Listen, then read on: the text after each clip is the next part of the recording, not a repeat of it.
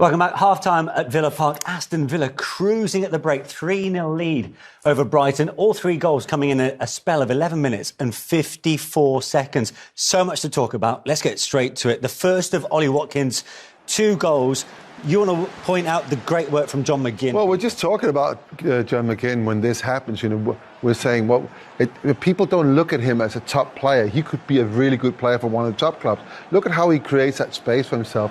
And this pass here is a goal. That's a goal. Simple as that. He sees that. All Paddy Cash has got to do is to cross the ball. Ollie Watkins, he's made a great run. But I'm very, very impressed with him. How he sees the ball.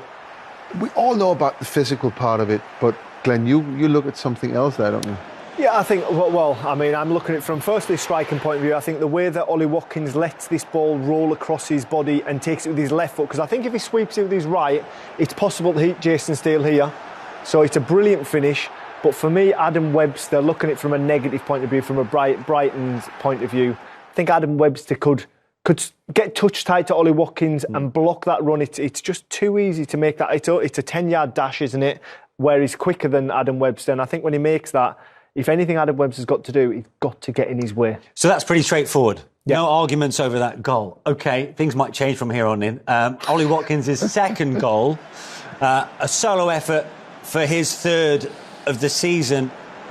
But what about Nicolas Zaniolo's positioning? So we all think this is really, really great work by him. And also the way he cuts back. And we think the chance is gone.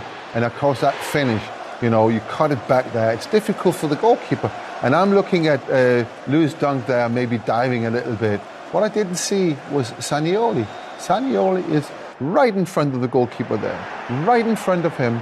And that's offside. I mean, we've had this a couple of weeks back. I think that is offside because I know I've been in that position. I know it has an impact on what I as a goalkeeper can do. And when you look at it from here, it's very clear that Lewis Dunk, of course, blocks a bit. But Zaniolo definitely blocks a view from the goalkeeper. Glenn? But I think it's offside. No questions. We see this angle. There's 2 people in between Jason Steele and the football. One of them's offside. One of them's an Aston Villa play, clearly offside. And that, for me, should have been ruled out because the goalkeeper hasn't got a clear line of sight of the shot. Let's say from a former official then. Dermot Gallagher joins us now. Dermot, always good to see you. Can you try and clear this one up for us? Was Zaniolo in an offside position? Was he in the line of sight of Jason Steele? He's certainly in an offside position, Manish, but being in an offside position isn't an offence in itself. What you've got to decide then is the VAR has to decide to recommend to the referee, is he in an offside position impacting on the goalkeeper in so much as in line of vision? They've looked at it, they felt that Zaniolo has not made any move towards the ball. He's not wanted to take part in the move. And the fact that Steele can see the ball at all times, it's felt that he isn't impacting on him. So therefore recommends the referee to give a goal. So he wasn't active when standing in front of the keeper. That's the all-important point. Absolutely. He's got to be active. He doesn't move towards the ball. He doesn't touch the ball. The only other thing is he's got to be directly in view of the goalkeeper, blocking his sight of the ball. And it was felt at that point he wasn't blocking his sight of the ball because it's going towards the post, run towards him. OK, some controversy over Villa's third goal, which will go down as a Purvis Estupiñán own goal. There was a coming together here between Solly March and Douglas Luiz. And obviously then Villa went on to score. What do you think, Glenn, here? Well, we spoke to the guys at VAR and Dermot, and they feel as though Brighton had plenty of time to reset. It's dubious. We see a better angle here, and that, I think, everyone agrees is a clear and obvious error. It is a foul.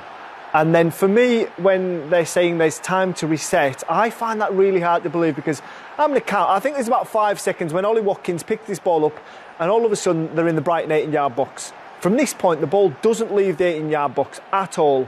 So when you are meant to reset and take a breather, and if this ball got recycled outside the 18-yard box and another cross came in, then I can understand it's a second phase of play. But when the ball stays in the 18-yard box, there's no time to reset. It's panic stations, as you can see from the Brighton players throwing themselves all over the 18-yard box. Dermot, can you understand why that goal was given? I think with so many moving parts, Manish, and there's 6 different Aston Villa players touch the ball. There's a challenge immediately after what I consider as a foul. Immediately after there's a challenge for the ball. There's a lot goes on in that time. it gets recycled a few times, it comes back to Villa players. But the time element itself, you can't put a time on it. It's a matter of how many times that ball's played. I think that's a foul. There's a challenge there. You know, Deeney gets lucky and wins the ball, but he does win the ball.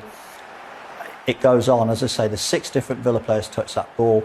It's just felt that there was too much happened in between, and you can't go back too far. You know, you can't re-referee the football match. You've got to accept that now and again these things happen. OK, great stuff. Dermot, thanks very much indeed. Aston Villa have just thumped informed Brighton 6-1 at Villa Park. Ollie Watkins claims his second hat-trick of the season. And here is the villain's hero now, talking to Jules Breach. Ollie, have a listen to this noise. Was that the perfect day at the office? Yeah, it was really. What a performance from us, you know, midweek Carabao Cup.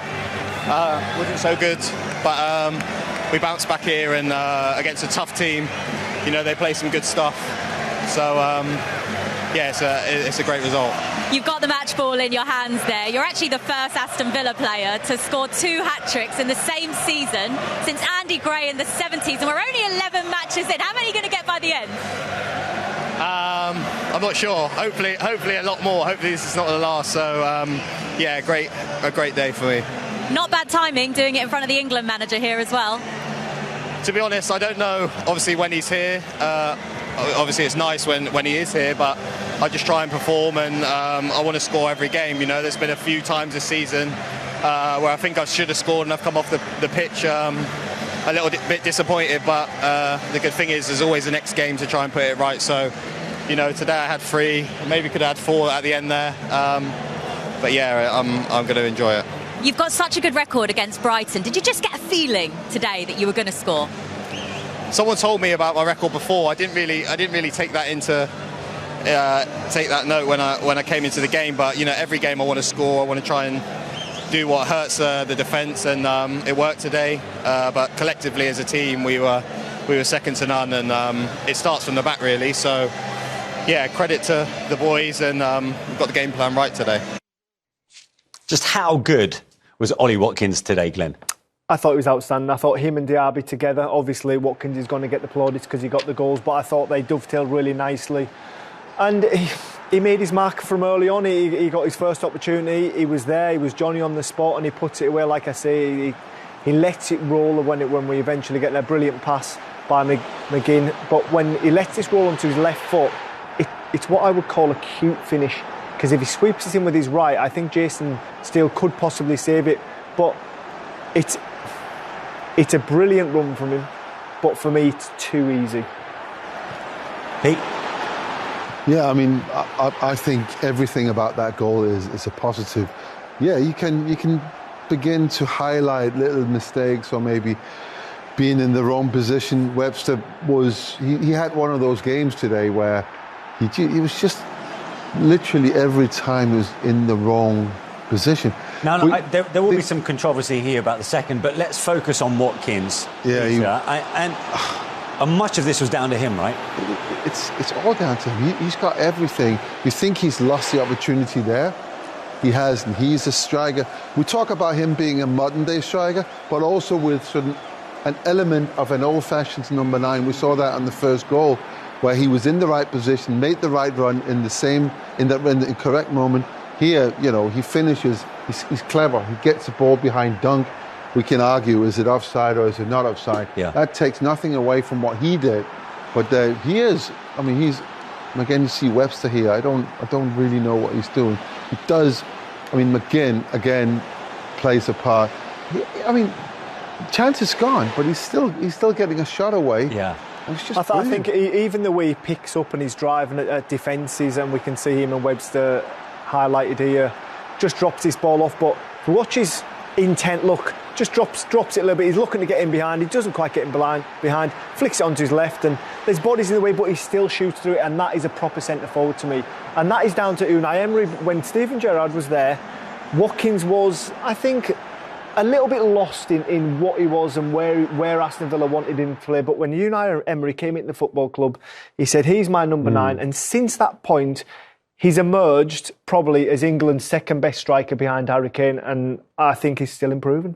Great performance from Ollie Watkins and some statement from Aston Villa over very much in form Brighton and Hove Albion. Time for a quick break on Match Day Live.